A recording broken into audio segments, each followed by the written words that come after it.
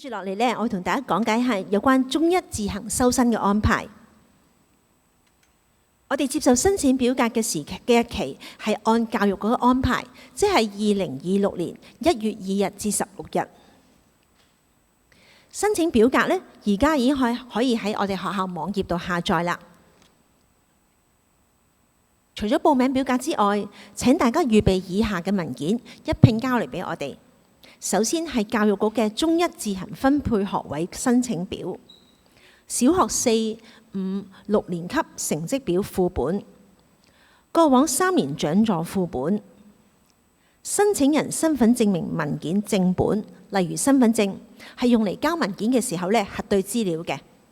另外仲要填妥聯絡資料，同埋喺回郵信封標籤上面貼上郵票。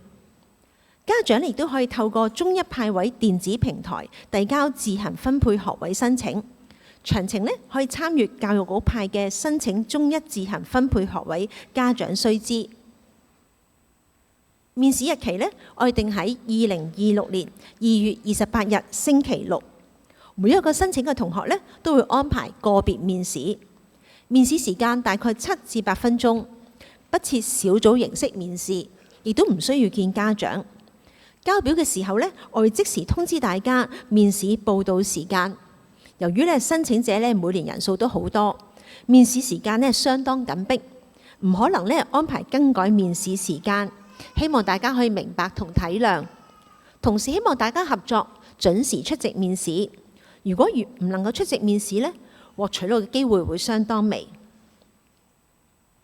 關於面試嘅內容，我哋主要以英語同廣東話同同學交談，內容包括處境題、個人興趣同時事常識。其實我哋唔希望同學操練太多，我哋希望了解嘅主要係同學中英文嘅理解同表達能力、解難、應變能力同對周圍事物嘅好奇心。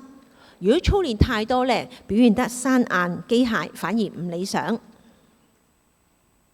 至於收生嘅標準面試40%，學業成績30%，課外活動同服務20%，操行10%。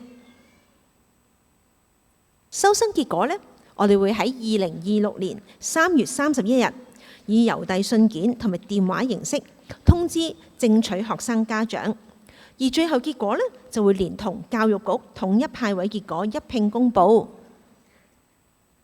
假如同學喺7月放榜之後仍然想申請我哋學校大家可以喺7月7日或之後將申請信連同有關資料交嚟俾我哋。希望所有嘅同學都可以揾到一間適合自己嘅學校。多謝大家。